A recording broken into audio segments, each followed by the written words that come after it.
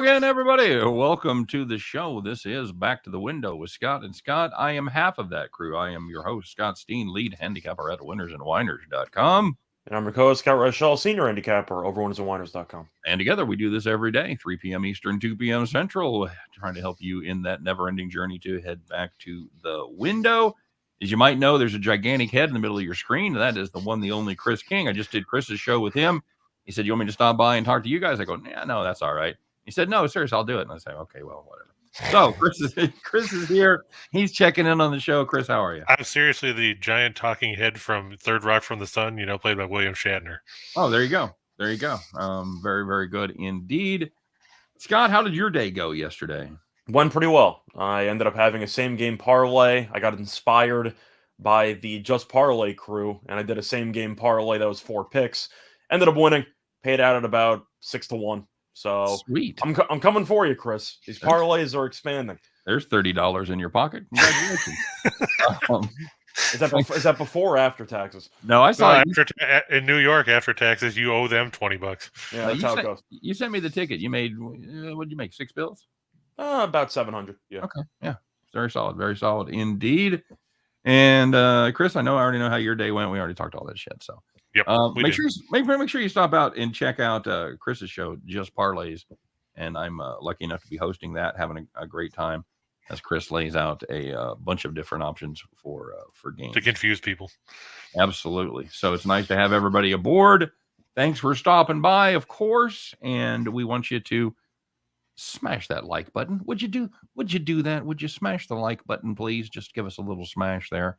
And of course, subscribe to the YouTube channels of Winners and Whiners and Max Wagers Network, our newest endeavor with the good folks over there at Picks and Parlays. So, yeah, nice to have you guys here. Thanks for stopping by. And don't forget to check out all the great deals that we got going on with our partners over there at DraftKings. You bet $5 on any Moneyline MLB game. And if you win it, you receive $200 in free bets at DraftKings.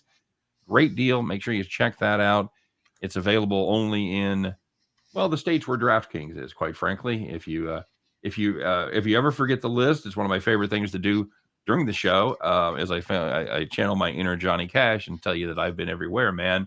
And you must be in Arizona, Colorado, Connecticut, Iowa, Indiana, Louisiana, Michigan, New Jersey, New York, Pennsylvania, Tennessee, Virginia, Wyoming, or West Virginia. There you go. It didn't quite stream out with the Johnny Cash there. So, of course, you must be 21 years of age or older to play, except if you happen to be lucky enough to live in the state of New Hampshire. Is New Hampshire live free or die? Yes. All right. Live free or die. Fucking die if you can't live free. Just do it. Hard. Or go sports bet. Either way. So live free, die hard. Good move. It's a good day to die hard. Yeah. And Wyoming is the other 18 state because they figure Wyoming's the state where they just originally got rid of all their speed limits. Wyoming and Montana, you could just go like 100 miles an hour on the highway. Yeah, the sad part is you can drive through Montana 100 miles an hour. It still takes you a week and a half to get through it. Yep, it does. That is, man. People on the East Coast, if you've never left the East Coast and then you travel across the country, and you're like, well, I'm going to go to Washington, and you hit North Dakota, and you're like, well, I'm just about there. I'm 2 states away. And like, yeah, you're 3 fucking days away. So. I drove from Seattle to Buffalo, and I got to after I came through Idaho, I got to the Montana border at like 5:30 in the morning, and I pulled off at 3:30 in the afternoon. I was like midway through the state. Yeah, it's brutal. I made it. I'm going like about 95 miles an hour. I made a drive one time. I had a Sunday night show in Colorado Springs. I left after the show, and I had a Tuesday night show in Jamestown, New York. I know where Jamestown, New York is. That was the most brutal drive I've ever done, and as far as 2 days. Now I've done like New York City to Kansas City or Miami to Kansas City nonstop, which is like 24 hours. But that 2 day, man, it was a yanker. So anyway, nice to be here. Where in the world were you doing a show at Jamestown? Where? Gilligan's. I don't know how I remember that name. It was a bar called Gilligan's. It was a one-night stand. So that's pretty much most of Jamestown. Yeah. It was back in my younger days before I actually had much of a career when I could turn down gigs like that. So when my agent told me, okay, now you're going to be Tuesday night in Colorado or Sunday night in Colorado, Tuesday night in New York, I'm like, You got a map, right? You own a fucking map. We all used our Rand McNally's back in those days. And so anyway, I went on to get And oddly enough, Scott, the commissioner of the National Football League is from Jamestown. Is that Didn't right? know that. Yep. Roger Goodell. Probably at the show. There you go. Scott, what are we doing at Caesars? So we have a nice risk-free bet going for you. Still $1,100 first bet insurance. If you place a first-time wager up to $1,100, you get it back in the form of a free bet if it loses. So it's always nice to have insurance on your bet. Yep, very good. And, of course, the codes to both of those are in the show description. The Caesars code is ATS wins Caesar, CZR, ATS WINS CZR, and that is in the show description. And the code for the DraftKings promo is WAW video, and the link and codes are both in the show description. Let's check in the comment section, see everybody here. Lex Steele is here. Parlay at the window. That's right. We're going to put all one shows together. Nathan Cerna says the New Mexico and Southwest are brutally long drives. Yes, also true. Going across I-40 there on Arizona and New Mexico, those are both brutal drives. 40 or 10? What's that? 40 or 10? No, it's not 10. No, it's 40. Oh, I took I-10, through Arizona, Tucson, and everything. 10 takes you directly through Tucson. You got to go. The 40 will take you through Flagstaff and Tucumcari and Albuquerque and all that stuff. So all the places no one wants to go. Albuquerque's all right. Super Sly in the house. James S. in the house. Phoenix to New Mexico is so boring. Yes, it is. We drove to spring training. We stopped in Albuquerque before doing that drive. And you think, like, oh, fuck, I'm in New Mexico, so I'm almost there. Arizona's one state away. And again, we left like at 11 o'clock in the morning. We got to Phoenix at 7 at night. So, yeah, it's brutal. And it is a boring drive. The only thing exciting is when the wind's blowing and you see trucks blowing over because the wind will whip through there at all. Nathan says he's from Albuquerque. There you go. See? That's what you get for insulting Albuquerque, Chris. I didn't insult it. I just said the place. I'm talking about Flagstaff. Flagstaff is boring. So is Kingman. I've been to Yuma going through at 9:30 in the morning when it's 130 degrees. You ever fry an egg on the hood of a Humvee that doesn't have glossy paint? I've not done that. I usually use pans. Scott's been to Pennsylvania. How mundane. I've been to Pennsylvania a couple times, if that counts. But for Albuquerque, never been there. However, Wisconsin the furthest west you've ever been, other than going to Vegas? I've been to California once or twice. Okay, all right. So drive across Texas. Sun goes down. Sun comes up. Still in Texas. Oh yeah. Yep.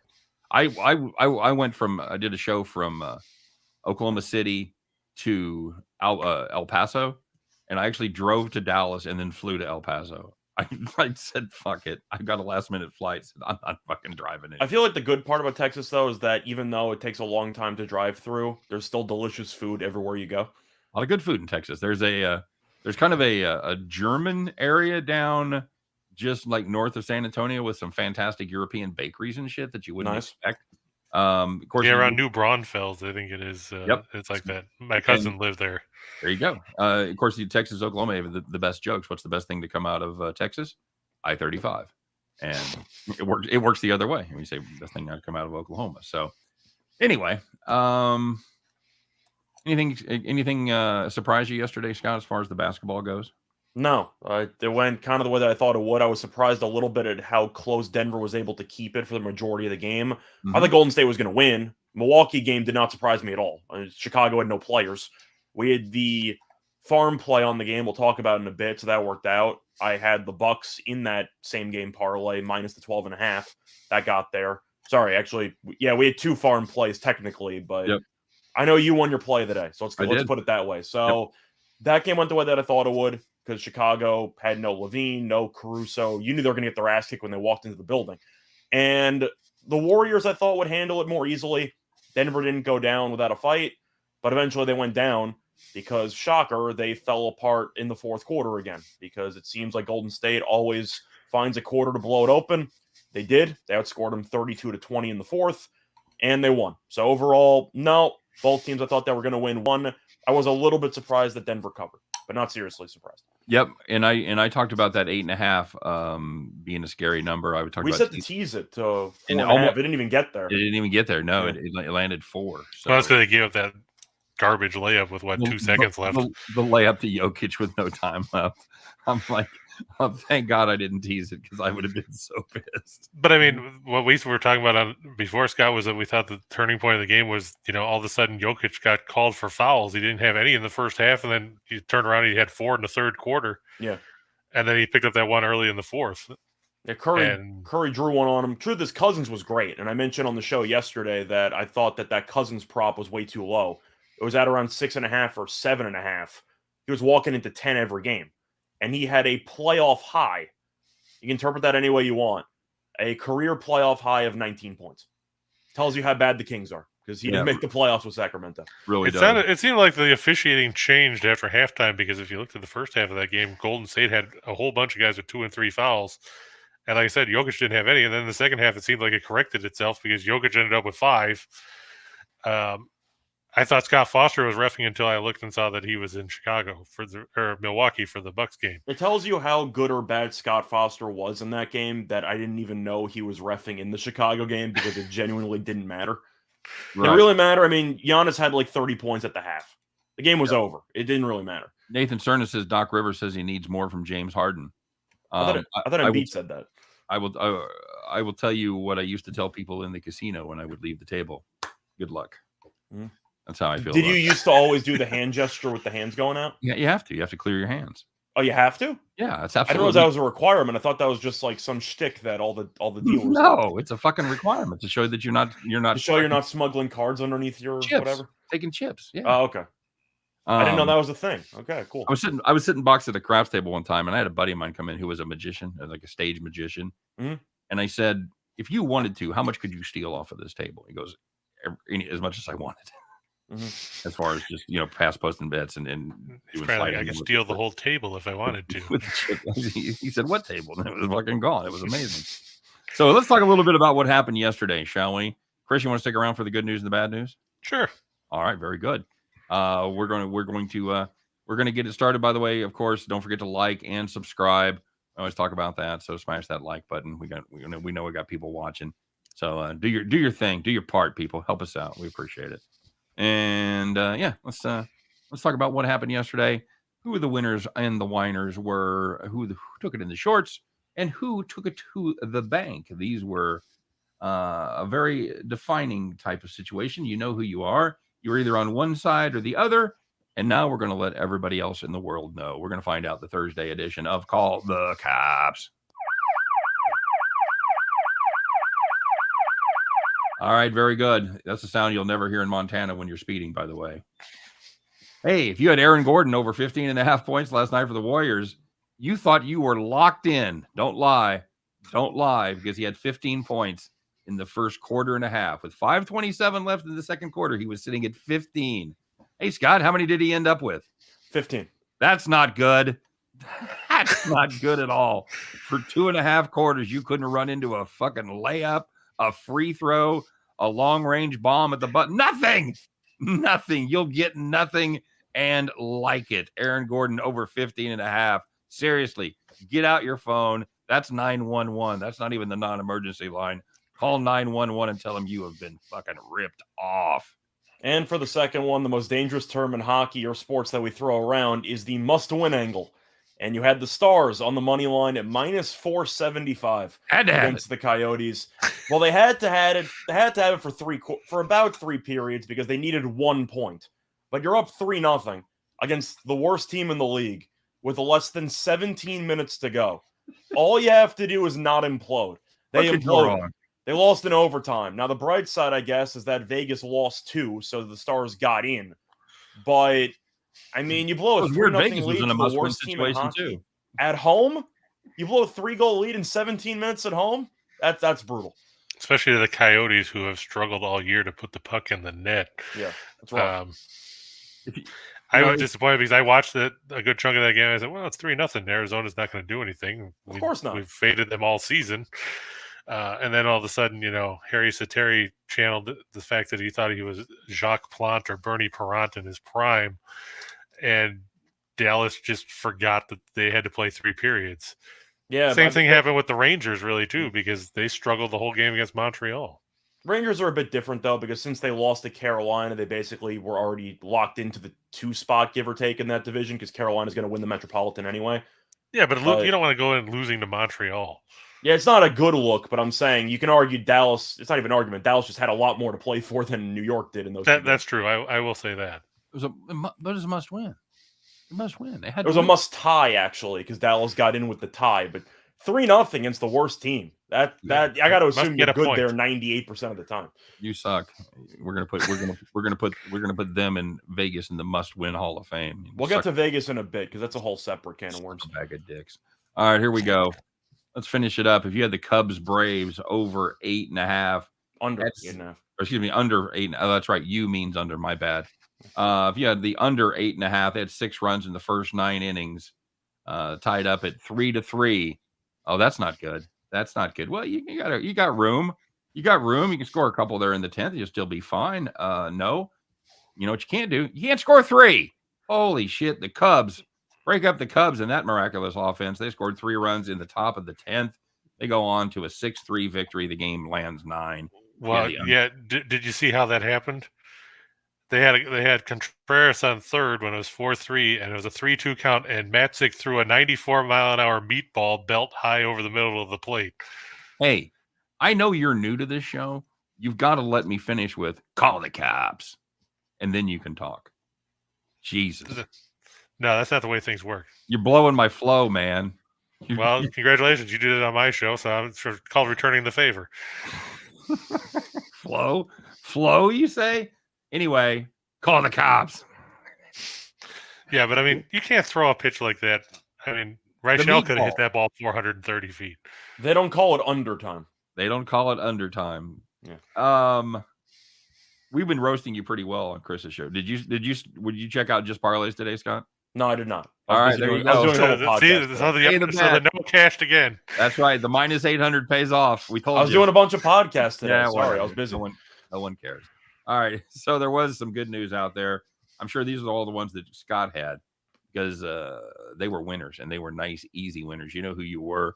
You were kicked back with a fine scotch and a nice cigar. You spent your Wednesday night sitting in the rocking chair. The rocking chair. There it is. Would you just record Reichel taking a nap? That's in real time, too. He asked me to send in the recording of me sleeping. It was a very awkward process. But either way, if you had the Bucks first half minus 7.5 against the Bulls, they led by 16 after the first quarter. You knew Chicago really had nothing, and based on just the talent on the court or the lack thereof, and the Bucks led by 18 at the half. Very good. If you had the Nuggets Warriors under 226, first quarter had 56, and then that was pretty much the high water mark as that game landed 200 even. They put up 144 in the last 3 quarters. That's not good. If you had the under 226, you were in nice shape there. You were sitting in the rocking chair. So my question for you is, if I had in the actual sheet that each quarter had less than 56 points, and I said, how did you assume that they had 56 points in the first quarter? I had 55. Sorry. There you go. Damn right. Okay. Now looking at the last, I knew the first quarter was the highest scoring quarter. Yeah, just saying. You know why? Because I had the over in this game. So fuck off. All right. And I was surprised that game was that low scoring, honestly. Yeah, I thought it'd pick up a little bit, but Denver took the air out of the ball, and Golden State really struggled from the 3-point line for the majority of the game. But if you had the over 7.5 in the Mets-Cardinals game, or if you had the over in players that left the bullpen, you had a nice easy winner because you had 12 runs in the first 4 innings, and then the game landed 15. It looked like that. Was it the Brad Pitt zombie movie? World War Z. World War Z. Yeah, that's what it looked like. Those guys scrambling over the bullpen wall. Looked like the fucking zombies scaling the wall there in that movie. I know you're not supposed to throw a pitch up there because of what happened previously. I didn't think that pitch to Arenado was close. Yeah, we talked about that. I saw a tweet where somebody called it a 4 on the scale. Angel Hernandez would have called it a strike. Okay, that's a separate point. Punched him out. The strikes were recalled. Yeah, I didn't think it was. Although, and I will say, in fairness, he didn't charge the mound. He just told him to knock it the fuck off. Yeah, and then you know, whatever. I don't get the Alonso comments after Like I could send somebody to the hospital. Did somebody ask you? What did he say? I like turtles. Alonzo basically just said, if somebody wants to start stuff with me, I can put them in the hospital, no problem. I'm like, who's talking to you? What are you talking about? To quote, Well, don't forget he got plugged in the head. He got plugged twice in the head already, but I don't know what his comments are supposed to do about the situation. Like, thank God Alonzo showed restraint. And Like, Samuel Jackson would say, I don't remember asking you a goddamn thing. Pretty much. Like, Alonzo just say goes, what yeah, again? I can injure some people. It's like, that's cool for you. Did somebody ask you if you were going to injure people? Like, I don't really understand the reason for that quote, but whatever. Cool story, bro. Sounds like a threat, man. Mm-hmm. Unsafe work environment. I'm suing somebody. This isn't Nom. There are rules here, man. All right. So, Scott, you know which movie that's from? What was it? Is that it's a not Kingpin. It's very, very close. The Big Lebowski. Yes, that is correct. Yeah. The other bowling movie. You need a toe? I can get you a toe in 20 minutes. All right, we did touch on this a little bit. Let's find out who it is. It was a must-win situation, so we had to be disappointed. We're not mad because we didn't have any money on him, but for God's sakes, you gotta be disappointed in this performance. Scott, the Vegas Golden Knights went into last night's action needing a victory to stay alive in the playoff hunt. How'd that go for them? Didn't go well. We said on the air that there's no way we were going to lay 220 with Vegas. Nope. And they lost in a shootout. The shootout performances the last two nights, not good. They played against Dallas in a must-win game. Now, wait. Go ahead. You say the last part, and then I'm going to... They went 0 for 7 in the shootout. They lost 1-0 in the shootout. How'd they do last night? They went 0 for 7. They lost 1-0 in the shootout. So the last two games, they went 0 for 14 in shootout attempts, which is next level bad. To go through the last 5 games, all must win. They lost to New Jersey at home as minus 330 favorites. Yep. They beat Washington in overtime. They blew a 2-goal lead against San Jose in the final 2:06. Had to have that. They lost in a shootout. Yep. They went scoreless in 7 shootout attempts against Dallas. Couldn't lose. And they went scoreless in 7 shootout attempts against Chicago. That was a must-win. Oof. That is not good. That is really not good. Scott and I will joke a little bit when we see a bad pitcher or somebody bad in the NFL, like, well, I could do that. Well, of course, it's usually bullshit because we're not striking somebody out. We're not getting a hit off even a bad pitcher. But I'll tell you what we could do, Scott. We could go 0 for 14 in shootouts. We could absolutely. That is so bad. They weren't even close. He's heading the wrong way. Wrong goal. I think Marchessault hit the post on one. But other than that, they weren't even making moves. It was just awful. Just not good. Not good at all. So on the plus side, Jack Eichel gets to miss the playoffs again. Yeah. Some things stay the same. So there's that. There you go. All right, let's check in with folks in the comment section. Joe Kryptonite. I don't remember seeing Joe Kryptonite very often, so it's good to see Joe. James Mounts like Bogdanovich under 25.5 PRA. What do you think about that, bud? I mean, it's mostly points. The thing about Bogdanovich is that I don't even know if he is the worst defender on the team right now because Mitchell's playing at 50%, but he's an awful defender. So you might look at some foul trouble if Boyan's going to have to guard every pick and roll and probably end up guarding Doncic about 80% of the time. Then I think foul trouble could get in the way.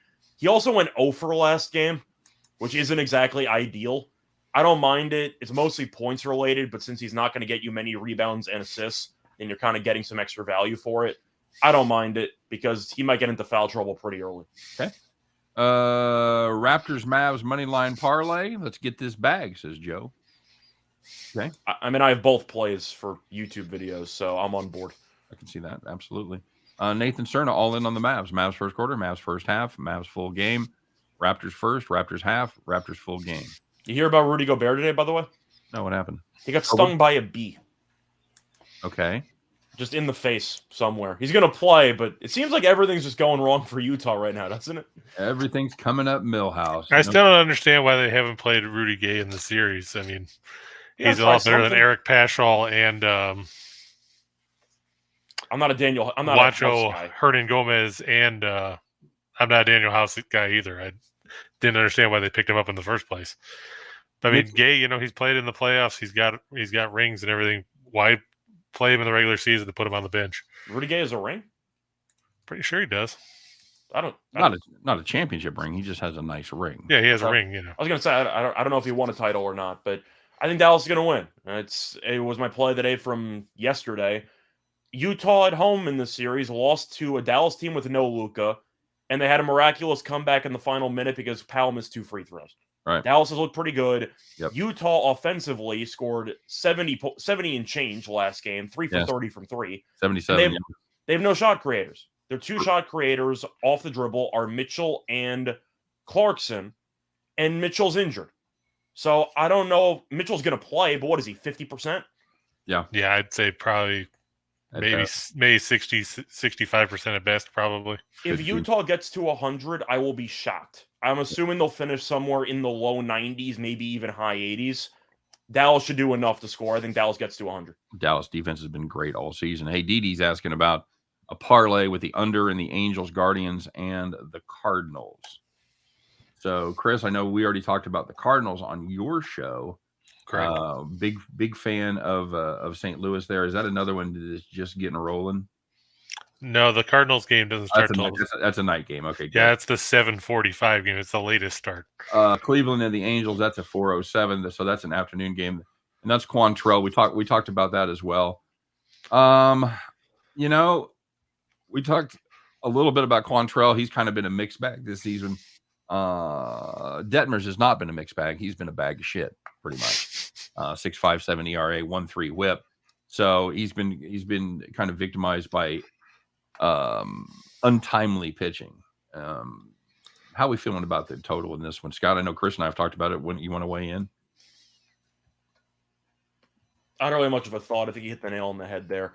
I think the Angels have the better offense, but Detmers can't pitch. So, I guess the question is, do you want to take a team total over with the Guardians when their offense is inconsistent and you've had some low-scoring games this season as a whole? Or do you take the Guardians on the money line and hope Detmers blows up and Quantrill can do enough to keep this offense in check? Yeah, this Cleveland offense is very weird because it's kind of been an absolute feast or famine. They're either putting up 11 or they're putting up 1 or 2. So, and the pitching has been inconsistent. I think there's too many possibilities for teams to score runs against bad pitchers there. I don't love the under. I got to be honest with you. Yeah. It is 8.5. So, that's inning draw potential. Yep. Yeah. I mean, and just look at what they did yesterday when there was a better pitcher on the mound, Mm-hmm. Suns and Raptors is Bruce is checking in. By the way, hello to Nicholas Lee. I know Nicholas is pretty new to the show. Good to have Nicholas back. Good to have you in the house, buddy. Talked a little bit about the Raptors. Suns. Scott, what do you out of the Suns tonight? Props to them. I know both of us had the Pelicans plus 6.5 in the last game, and the Suns looked good. Truth is, New Orleans couldn't hit a shot, but Mikal Bridges was a big reason why. Opposing players went 3 for 17 against him from the floor, and he had 31 points. It was a phenomenal performance by a very, very good 3-and-D guy, but the Suns still have problems generating easy shots. Now, they played faster, which I think helped them in the last game. They got more up-tempo. They got a lot of open looks. Chris Paul did Chris Paul things, and they ended up winning the game. But the one concern I have with New Orleans right now is Brandon Ingram's hand. We saw him grabbing it a bit in the final couple minutes. He missed a couple of free throws, and it seemed like he was shaking it out. He was grabbing it on defense. I kind of want an update on what's going on with the hand-wrist. But I do think Phoenix will close it out. It's not going to be easy. I'm not going to bet it because I do think New Orleans and Phoenix are pretty close. But it seems like Phoenix might have found something playing a bit more up-tempo. They also tried to use Ayton and McGee together for a couple of minutes there, which I thought helped in the last game. I'm going to go with Phoenix in a close game. Okay. You? I'm going to lean the other way. I'll take the home team and the points. Again, I think they're pretty evenly matched. I do worry about Ingram's hand. He's not on the injury report, so. Well, he's going to play. You could tell there was some discomfort there late. Right. Jim says it's the three amigos together. You guys know the. Cool. That's the. What a terrible movie. It was bad. Such great talent, just completely wasted. Devin Booker might come back tonight. Bruce, we talked about that on Chris's show. I don't think so. And he has officially been ruled out for tonight. That's what I'm seeing. You guys, Yeah, that's what the reports were earlier this afternoon. Okay. For me, I'm assuming Booker plays in an elimination winner go home Game 7, but I wasn't expecting him to play Game 6 anyway. Joe says I wouldn't bet the Suns at that price on the road without Booker. Paul needs some rest, and the Pelicans could have a shot to bring it to Game 7. I totally agree with all of that, and that's why I'm kind of leaning towards the Pelicans at home. I think they'll be fired up, and I'd at least play them first half. I like fast starts for home teams. First quarter, first half, as they come out, they're fired up and they got the adrenaline before reality sets in and the grind kind of takes over. But I don't mind a first quarter, first half play on the Pels there. Yeah. By the way, quick shout out to Jay Crowder. He actually made a 3-pointer last game. I'm proud of him. He was awful the first couple of games. He couldn't hit a shot to save his life, but it seems like he's back on track now. Okay. Very good. Scott, this is getaway day, of course, in the MLB, so we don't have a lot of options, a lot of games already underway. Of the games that are still to come, and I told Chris this is the usual show. Is I go through and I tell you all these baseball games I like, and then you tell me that one started 45 minutes ago and they're now in the 4th inning. So, what do you see that's on the board that you still have a chance to bet? You got the Cubs, Braves, you got the Cardinals, and the Diamondbacks. You've got there's only 3 games left. You got the Angels, Cleveland. Now you got 4. Hey, look, Scott, that Nerfy panned out for Boston, Toronto. Oh, did it hit? Yep. Nice. What was that price at? I made that bet. 120. Plus or minus? Minus. Okay. I loaded up. We did that during the show. It's already been a profitable show for me. Well, Manoah's good. Who's pitching for Boston? Whitlock. Okay. Well, Whitlock's money. So. He's been fantastic. he doesn't go long, so yeah, we'll see what happens with the rest of the game. But definitely like the Nerfy there. Steamroller, the Suns -1.5. Suns don't want to extend this series. I agree, Nathan. Pelicans also don't want to go home, so I don't know if "want's" the right word I'll use. Is it a must-win for who? Well, I know it's a must-win for New Orleans. I'm not a math major, but it's a must-win for New Orleans, and it's is it a must-win for Phoenix to keep from going back to Phoenix? I think it'll help, but no. They don't have to drive, right? I believe they fly places now. They don't have to make that hellacious drive. James S. says this morning on the report it said questionable for Booker. Now it says probable. The NBA injury report from the league office still hasn't listed as out. I don't think he's going to play. You guys talk. I'll do a little deeper diving here as you guys talk about a little baseball. Scott, what do you got? Baseball tonight. What are you liking? Well, there's only 3 games. I know. The Guardians, Angels. So he wants to know what you like about those 3 Cubs, games. Braves, and I see the Diamondbacks, Cardinals. If I was picking anything, I think I'd blindly take the Cubs. I know that Wright's been good. He's actually been very good. He's got a 1.06 ERA. I just don't trust an 8-11 team laying -215. And Smiley, for whatever reason, has actually been okay. I know Acuna's supposed to be back, so that's going to be a boost to the lineup. I believe he's playing today. But the last I saw, he was not. Let me double check that. I know he was activated. I know he's active, so I assumed he was going to play. Right. I don't think he's quite ready. Let me double check that. Go ahead. But for me, do you want to lay 215 with an 8-11 team? Because I don't. I don't really like anything of those 3 games, but for value, Cubs reverse run line +1.5. I don't mind it. I was also looking at Wright under 6.5 strikeouts there. Okay. Because the Cubs have the 3rd fewest strikeouts in the National League. Yep. They're not very good, but they make contact. That counts. Right. Yeah. Atlanta. Acuna will be back tonight, looks like. Rosario is out. Of course, he's been awful. He's going to be out, 8 to 12 weeks or something like that. Yeah. I'm not sure. Well, he wouldn't be playing anyway, right? Because Smiley's a lefty. Probably not. Yeah. At best, they're going to platoon him for sure. And there's Pittsburgh doing Pittsburgh things. They just blew a lead in the 9th. Oh, there's a shocker. They were up 2-1. Freddie Peralta got a no decision after throwing 6 scoreless innings for Milwaukee. That's not a Pirates thing, though, because they're never winning in the 9th inning. Fair enough. But they did blow it. Yep, they did. Booker could return. Expected to be listed out for Game 6. I don't think he's going to play. That's a Woj report. Yeah, keep your eye on that because that could make a hell of a difference. If Phoenix was down 3-2, I think he'd play. But since they're up 3-2, I think they bought him an extra day or 2. Okay, All right. Well, we'll see how that goes. We'll see if the updated injury report from the league as of 3:30, so in the last 5 minutes, still has him listed as out. Okay. All right. Very good. And that's a huge deal because he's the only one who's making 3-pointers on a team right now. So the money play in this series has been Chris Paul under number of 3-pointers made. I saw it was at 1.5 again. I believe he's made 1 in the last 3 games combined. Yep, that's correct. That's correct. He has not cashed in any of those the over in any of those games. So, which is weird because he had that stretch right at the beginning of game one, or the beginning of the fourth quarter of game one, where he was knocking down everything. Yeah. Nicholas Lee wants to know what we said about the NBA changing the baby's diapers. Well, I have 2 of the plays for my play today. So I got the Mavericks and I have the Raptors. I'm leaning Suns. Do we agree on those? I know you like New Orleans. Do you agree about the other 2? Yeah. I don't think Philadelphia can score, so I think that's a possible problem. Yeah. As far as the other one goes, I don't think Utah's any good. No. I keep writing them off, and they keep surprising me. But I think Utah. But they keep surprising you. They scored 77 points last game. Well, no, I meant I thought it would be over before that. I thought once Luka came back, I thought it would be over, and they were able to steal a game against Luka. That's I'm just saying they've won 1 game since he came back. It's not like Utah's playing. No, well, I understand. But, no, it was a 1-point win. No, I get it. I just thought once the way they had looked early, I thought once Luka came back, it was over.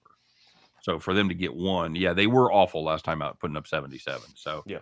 I can't get behind this Utah team at all, so I'm with you there. Chris, what do you think? No, I agree with Scott. We talked about it. I took Utah under 104.5. I don't think that, especially with Mitchell hurt, Conley's done nothing. They need Clarkson to go for 30, basically. I mean, they need Clarkson to go for about 35 because I don't think Mitchell's going to put up probably more than 15 or 20 points, and that's being generous with the fact that he's injured. His point prop was like 25.5. I don't know how it was 25.5. I don't know if because people are idiots. And somebody will look at it and say, hey, yeah, he scores all the points all the time, so we'll just take the over, and then it's just free money for the books, Yeah. Nicholas says Mavs money line, Raptors money line, good plays. Well, we won't know till later, but that's what I got. I think going in, we agree that those look like the best plays. Yes. Yeah. But yeah, to your point, Scott, I said, I told you before that I'm surprised that they didn't try to go inside with Gobert because Gobert offensively, he may not make a ton of free throws, but you can get guys in foul trouble instead of trying to jack up all these perimeter shots. I just don't know what Utah's supposed to do if Mitchell can't create any separation off the dribble. They don't have anything. Right. Yep, that's absolutely true. Nathan's still upset. He talked about it last show. He knew he would be punished for not betting the Twins. You can't beat yourself. Number one, you can never beat yourself up for bets you didn't make. That's not the way it works. It's not the way to keep your sanity. But look at the bright side, Nathan. If you had bet the Yankee or the Orioles, like you were talking about, now they're behind 5-2. So no, he had them race to 2. Oh, that's right. He didn't have them win. He just had the race to 2 runs. So. Way to make him feel worse. I was trying to.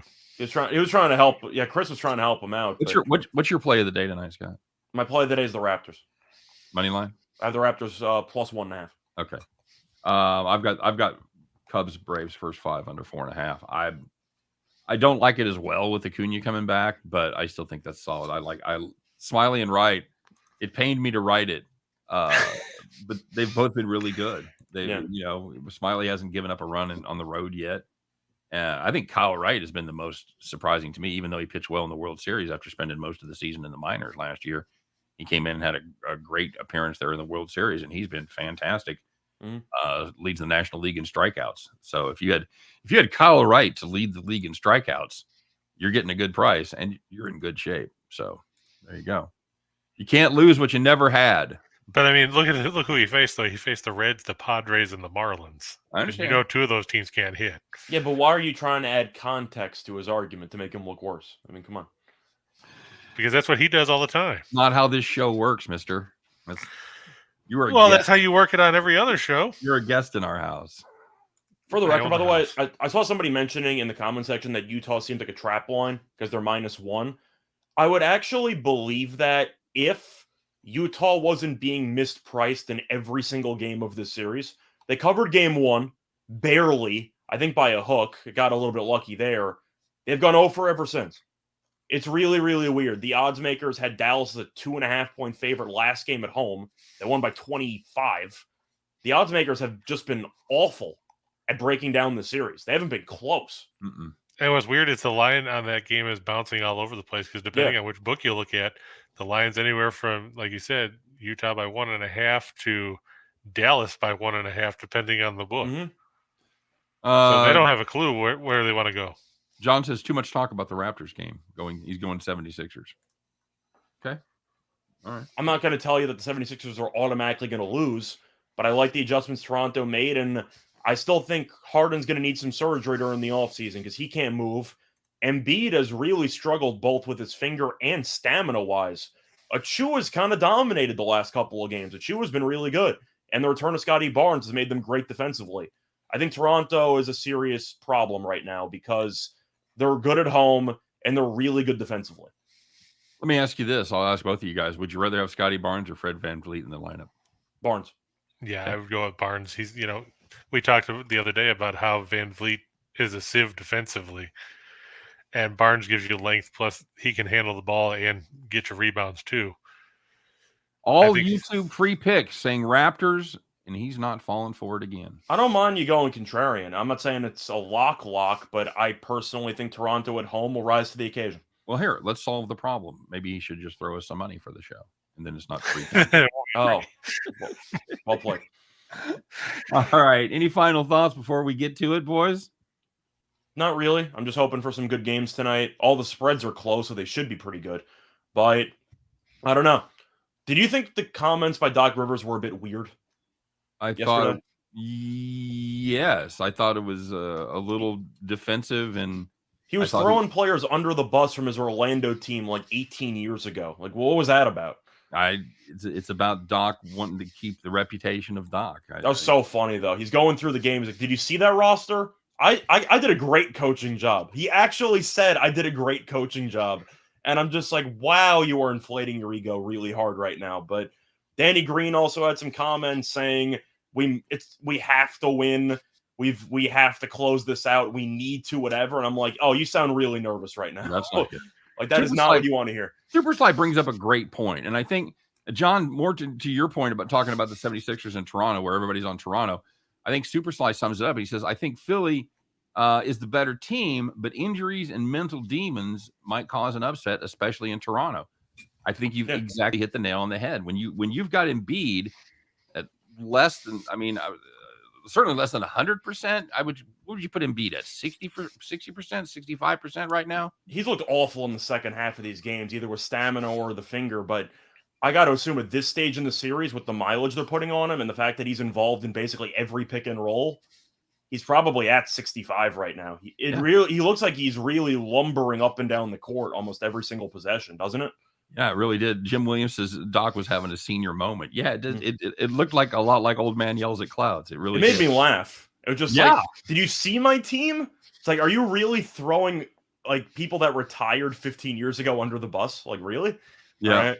Joe says he laughed watching that interview. Yeah, I did too. It was funny, but I was laughing at him, not with him. That's how I would describe it. Oh, you've been a big Doc Rivers fan for a long time, right, Scott? I think he's the most overrated coach in the history of basketball. But if he actually loses this series, then he's not even overrated anymore because everyone just thinks he's going to suck, right? I mean, can you blow that many 3-1 leads and a 3-0 lead and still be viewed as a top 20 coach of all time? Did a great coaching job. Did a great coaching job. I can't wait for him to throw his team under the bus. Look at the roster 20 years from now. If you're going to blow those kinds of leads, you better have 5 or 6 fucking rings. Just saying, he's going to be a Hall of Famer no matter what because of the wins. He's going to finish top 10 in wins. But you blow that many leads, I do question if you were just handed a bunch of talented rosters. Just saying. Did you see the Pistons roster? What are you talking about? He said they won the title. They did not win the title. I believe they won the title the year after, but that's a separate story. There you go. JC Stone said, I'm giving Embiid the finger. Okay. He needs one because the one he has right now is pretty fucked up. So if you've got a good finger, I'm sure he'd take it. All right, boys, let's get to it. Scott, it is Thursday. It is time. Chris, did you bring your hat? I'm just kidding. You always have your hat on. Exactly. Don't reach yet. Don't reach. I don't need to don't reach yet. I'm not doing anything. I'm waiting Okay. for the sound effect. Okay, very good. Hey, guys, you know what time it is. Time to put on your overalls. Strap them up tight. Put on your, you know what? It's fucking Thursday. You don't have to put on your good overalls. Just put on those old work overalls. Put on your straw hat. Climb aboard your John Deere. Get your keychain out with your lucky rabbit's foot. Kiss that rabbit's foot. We're going to get another win here tonight because once again, kids, you know what time it is. It is time to bet the farm.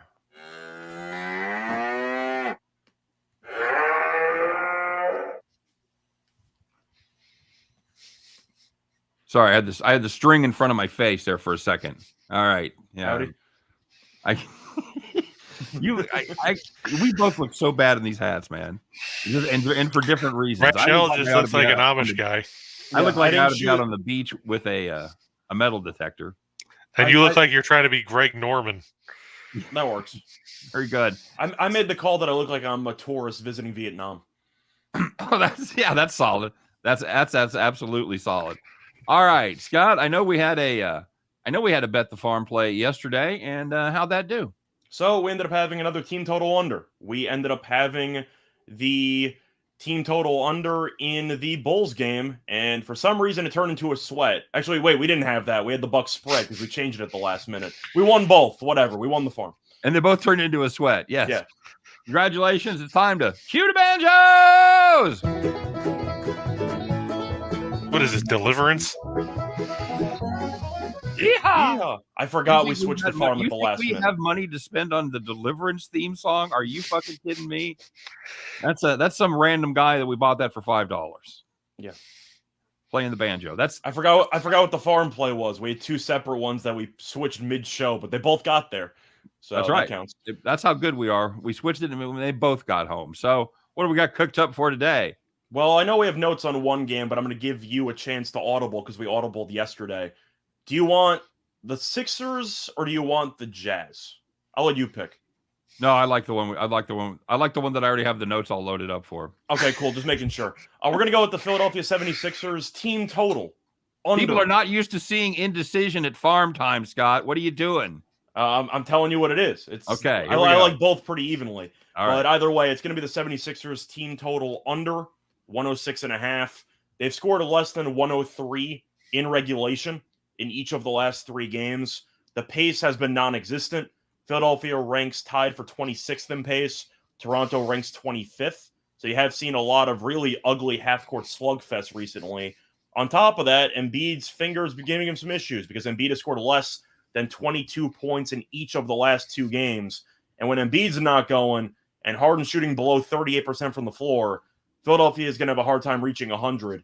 And the under is also 4-0 in the last 4 meetings. This team total's too high. Give us the under. Embiid's like mama. When Embiid ain't happy, ain't nobody happy. And he's getting the finger tonight. I like that very much. That's a solid play. We got the Philadelphia 76ers team total under 106.5. So that's going to do it for the farm. That's going to do it for the show. We appreciate you guys stopping by once again as we do this show each and every day. Good luck on all of your plays today. Don't forget to check us out here over the weekend. We'll have not just our regular show, but we'll have our NASCAR show as well. That'll be up and running on a Saturday morning, early Saturday morning, probably around midnight, 1 o'clock. So you got something. If you're staying up late and you're drunk, you got something to have a little fun with there. So enjoy that. Hey, Chris, thanks for being here, man. Appreciate it.